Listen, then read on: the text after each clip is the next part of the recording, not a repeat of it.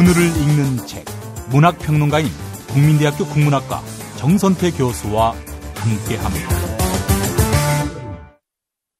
국민대학교 한국어문학부 국어국문전공 정선태 교수님 함께하겠습니다. 교수님. 네, 안녕하세요. 네, 자 오늘 어떤 작품 소개해 주시겠습니까? 네, 오늘은 미국 현대문학, 현대소설을 대표하는 작가 필립 로스의 작품 네메시스를 골랐습니다. 네메시스, 예. 네, 네메시스. 제목이 좀 생소하죠? 네. 복수의 여신입니다. 네메시스는. 어느 나라 말입니까? 그리스어로 보시면 될 것 같습니다. 아, 예, 예. 필립 로스는 누가 뭐래도 미국 현대문학의 거장이라고 할 수 있죠. 네. 미국의 목가라는 대작이 있고요. 그리고 휴먼 스테인, 그리고 에브리맨, 나는 공산주의자와 결혼했다 등등 걸작들이 아주 많습니다. 예. 어떤 작가를 좋아하게 된다는 건 어쩌면 하나의 축복인지도 모르겠어요. 필립 로스 같은 작가를 만나서 그가 쓴 여러 작품들이 있다 보면은 그야말로 새로운 세계가 열립니다. 예. 내가 미처 보지 못했던 인간의 이면을 들여다볼 수 있게 되고요. 내 눈에 미처 잡히지 않았던 세계가 새롭게 떠오르기도 합니다. 이 필립 로스의 작품을 쭉 읽으면서 아직도 내가 탐사하지 못한 지점들이 너무너무 많구나 그런 생각을 새삼하게 됩니다. 예. 이 시간에도 미국 작가들 몇 명 소개해드렸습니다. 예, 허먼 멜빌도 소개해드렸고요. 업턴 싱클레어도 소개해드렸고요. 갑자기 기억이 안 나는데 여러 사람을 소개해드렸습니다. 네. 오늘 이 필립 로스라는 작가를 우리 소설을 좋아하시는 애청자 여러분들께 기꺼이 그리고 강력하게 추천해 드리고자 합니다. 예. 이 소설의 개요를 짧게 말씀드릴게요. 공간적 배경은 뉴어크입니다. 이 뉴욕이 아니고요. 뉴어크인데 뉴어크는 뉴욕에서 서쪽으로 안쪽에 있는 그 뉴저지에 있는 도시 이름입니다. 뉴요크가 배경이고요. 그쪽에 좀 떨어진 인디언 힐이라는 곳이 배경입니다. 이 양쪽이 배경이 되고요. 시간적인 배경은 1944년 한여름입니다. 1944년인 한여름이면은 2차 세계대전이 막바지로 진입한 때죠. 이 순간에 밖에서는 일본과 독일 전쟁을 벌이면서 수많은 사람들이 죽어나가고 있고 그리고 안에서는 이 뉴요크라는 도시에서 폴리오라는 바이러스가 창궐합니다. 예. 이 폴리오라는 전염병은 지금은 뭐 다 퇴치됐다고 하는데 소아마비를 생각하시면 될 것 같습니다. 아. 폴리오라는 바이러스에 감염되면은 상당히 고통스럽게 목숨을 잃기도 하고요. 또 지체 마비가 온다고 하네요. 1944년, 45년 요 무렵까지는 아직 그 백신이 개발되지 않았던 것 같습니다. 이처럼 외부에서는 전쟁을 하고 있고 도시에서는 이 폴리오라는 바이러스와 싸우고 있습니다. 이 한 가운데를 통과하고 있는 주인공이 버키라는 사람입니다. 이 버키라는 이름은 대단히 탄탄하고 건장한 남성 정도로 기억하시면 될 것 같습니다. 이 버키라는 친구가 23살 먹은 청년이 주인공입니다. 이 청년의 직업이랄까요? 하는 일은 놀이터 감독입니다. 미국에는 그 놀이터에서 아이들이 노는 걸 보살펴주고 뭐 지도도 하고 하는 그 직업이 있는 것 같아요. 일종의 체육교사 같습니다. 예. 근데 이 놀이터 감독을 하는 버키가 좋아하는 아이들이 폴리오의 이 공격에 정말 할 일 없이 쓰러져 갑니다. 가까이 지냈던 친구들이 죽어가고요. 또 생각지도 않았던 사람이 폴리오에 감염돼서 지체 장애에 이르기도 하고 그런 악몽 같은 시간이 이어집니다. 그런데 아까 또 다른 배경이 인디언 힐이 있다고 했지 않습니까?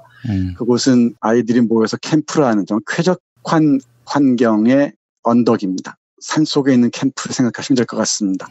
그곳에는 약혼을 앞둔 연인 마샤라는 친구가 있습니다.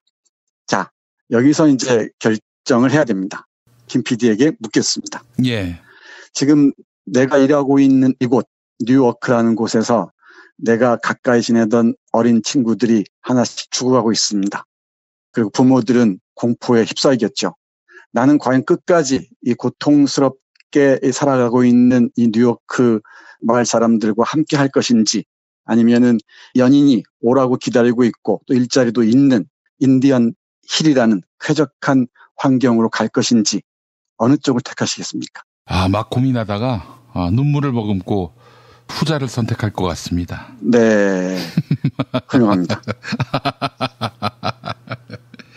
저한테 많은 걸 기대하지 마십시오. 아닙니다. 우리 김 PD의 그 문학적 감수성이 대단해요. 우리가 벌써 오늘 읽는 책을 시작한 게 2년이 다 됐지 않습니까? 그렇습니다. 8월 15일부터 했어요. 예. 네, 맞아요. 만 2년이 됐어요. 이 만 2년 동안 그야말로 일주일에 5번씩 하루도 빼먹지 않고 문학 얘기, 책 얘기를 했는데 왜 우리 김 PD가 모르시겠습니까? 딱 감이라는 게 있죠. 바로 그 지점에서 우리 버키라는 주인공의 깊은 갈등이 시작됩니다. 어떤 상황일지는 좀 그려지죠. 예. 몇 구절만 보겠습니다. 먼저 저 뒷부분에 있는 부분부터 잠깐 보겠습니다.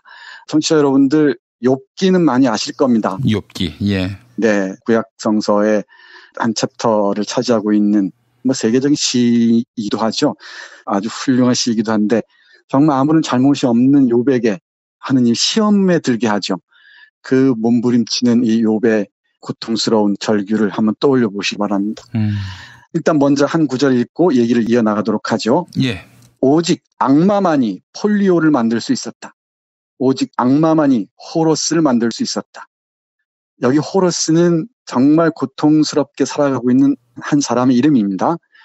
오직 악마만이 2차 세계대전을 만들 수 있었다. 이 모든 것을 합해보면 악마가 이긴다. 악마는 전능하다. 내가 이해한 바로는 버키에게 하느님이라는 개념은 전능한 존재로서 그 본성과 목적은 수상적인 성경적 증거로 뒷받침되는 것이 아니라 20세기 중반에 이 행성에서 긴 세월을 살아가며 모은 반박할 수 없는 역사적 증거로 뒷받침되는 것이었다. 그의 하나님 개념은 전능한 존재로서 기독교에서 말하듯 하나의 신성 안에 삼위가 일체를 이루는 것이 아니라 둘, 즉 족같은 새끼와 사악한 천재가 합쳐진 것이었다. 이렇게 얘기합니다. 그러니까 우리가 신은 전능하다고 얘기하지 않습니까? 예. 근데 신이 현현하는 모습을 보면은 악마로 드러나는 것 같다는 거죠. 악마가 전능하다는 겁니다. 예. 세계를 전쟁의 소용돌이로 몰아넣고 선한 사람들을 폴리오라는 바이러스로 하나씩 죽이고 또 불구로 만든다는 거죠. 그런 증거로 본다면은 20세기 중반 이 행성에서 반박할 수 없는 역사적 증거란 바로 전능한 것은 신이 아니라 악마라는 겁니다. 그러니까 신성 안에서 삼위가 일체를 이루는 그런 신이 아니라 족같은 새끼와 사악한 천재가 합쳐진 이런 악마가 지배하는 세계가 아니겠냐라고 하느님께 저주를 퍼붓습니다. 욥기의 외침의 현대적 버전이라고 볼 수 있을 것 같습니다. 요즘 우리 브리핑 들으니까 명성교회 문제가 심각한 것 같습니다. 예. 예수의 이름을 빌려서 하느님의 이름을 빌려서 온갖 못된 짓 하는 크리스천들 정말 많지 않습니까? 물론 선하고 아름다운 크리스천들도 적지 않다는 걸 제가 잘 알고 있습니다만은 왜 그런 사람들에게는 어떤 응징을 하지 않는 것인지, 과연 신은 존재하는 것인지 우리 버키의 입을 빌려서 물어볼 수도 있을 것 같습니다. 예. 이 질문은 영화 밀양에서 전도연이 절규했던 것과 같은 맥락에서 이해할 수도 있을 것 같아요. 예. 그러니까 아무런 죄도 없이 아무런 잘못도 없이 전쟁터에 가서 죽고 그리고 이 폴리오라는 바이러스에 감염돼서 죽고 나는 함께 있어야 하는데 전쟁터에도 못 갑니다. 시력이 나빠서. 그리고 이 아이들도 지키지 못하고 안전한 곳으로 갔단 말이죠. 근데 그게 응징인지 모르겠지만 자신이 복균자였고 그 양성으로 판정이 됩니다. 그래서 우리 이 버키는 끝까지 연인도 거부하고 끝까지 자신의 저주를 그대로 안고서 살아갑니다. 이 소설 전체적인 맥락은 조금은 그려볼 수 있을 것이라고 생각을 합니다. 이 소설의 앞권은 같은 맥락에서인데요. 신이란 무엇인가, 정의란 무엇인가를 주고받는 부분이 있습니다. 버키 켄트라는 우리 주인공과 마이클스라는 아이를 폴리오라는 바이러스에 잃은 부모와의 대화입니다. 잠깐 볼까요? 예. 먼저 그 아이를 잃은 마이클스 씨가 이렇게 말합니다. 우리보다 깨끗한 가족이 있을 수 있소? 내 아내보다 집을 흠없이 깨끗하게 유지하는 여자가 있을 수 있소? 아이들의 행복에 그녀보다 관심을 쏟는 어머니가 있을 수 있겠소? 앨런보다, 이 앨런은 죽은 자식입니다. 앨런보다 자기 방과 옷과 몸을 잘 돌보는 아이가 있을 수 있었겠소. 그 애는 뭘 하든 처음부터 제대로 했어. 그리고 늘 행복했고 늘 농담을 했고. 그런데 왜 그 애가 죽은 거예요? 이게 어디가 공정한 거예요? 이렇게 묻습니다. 그러니까 버키가 대답합니다. 전혀 공정하지 않습니다. 당연하죠? 그러니까 마이클스 씨가 다시 얘기합니다. 오직 옳은 일, 옳은 일, 옳은 일, 옳은 일만 해. 언제부터였는지 모르게. 사려 깊은 사람, 합리적인 사람, 남을 편하게 해주는 사람이 되려고 하지. 그런데 이런 일이 일어나 인생 어디에서 양식을 찾아야 하는 거예요. 양식은 어떤 상식을 생각하시면 될 것 같아요. 그러니까 우리 버키가 말합니다. 찾을 수 없을 것 같습니다. 다시 가련한 마이클스가 말합니다. 정의의 저울은 어디에 있는 거예요? 다시 켄트가 말합니다. 버키죠? 모르겠습니다. 마이클스 씨. 마지막으로 자식을 잃은 마이클스 씨가 얘기합니다. 왜 비극은 늘 그것을 당할 이유가 전혀 없는 사람에게 덮치는 거예요? 버키가 마지막 대답하죠. 저도 답을 모르겠습니다. 이게 이 소설을 관통하고 있는 핵심인 것 같습니다. 앞에서 읽어드렸던 부분과 이 부분입니다.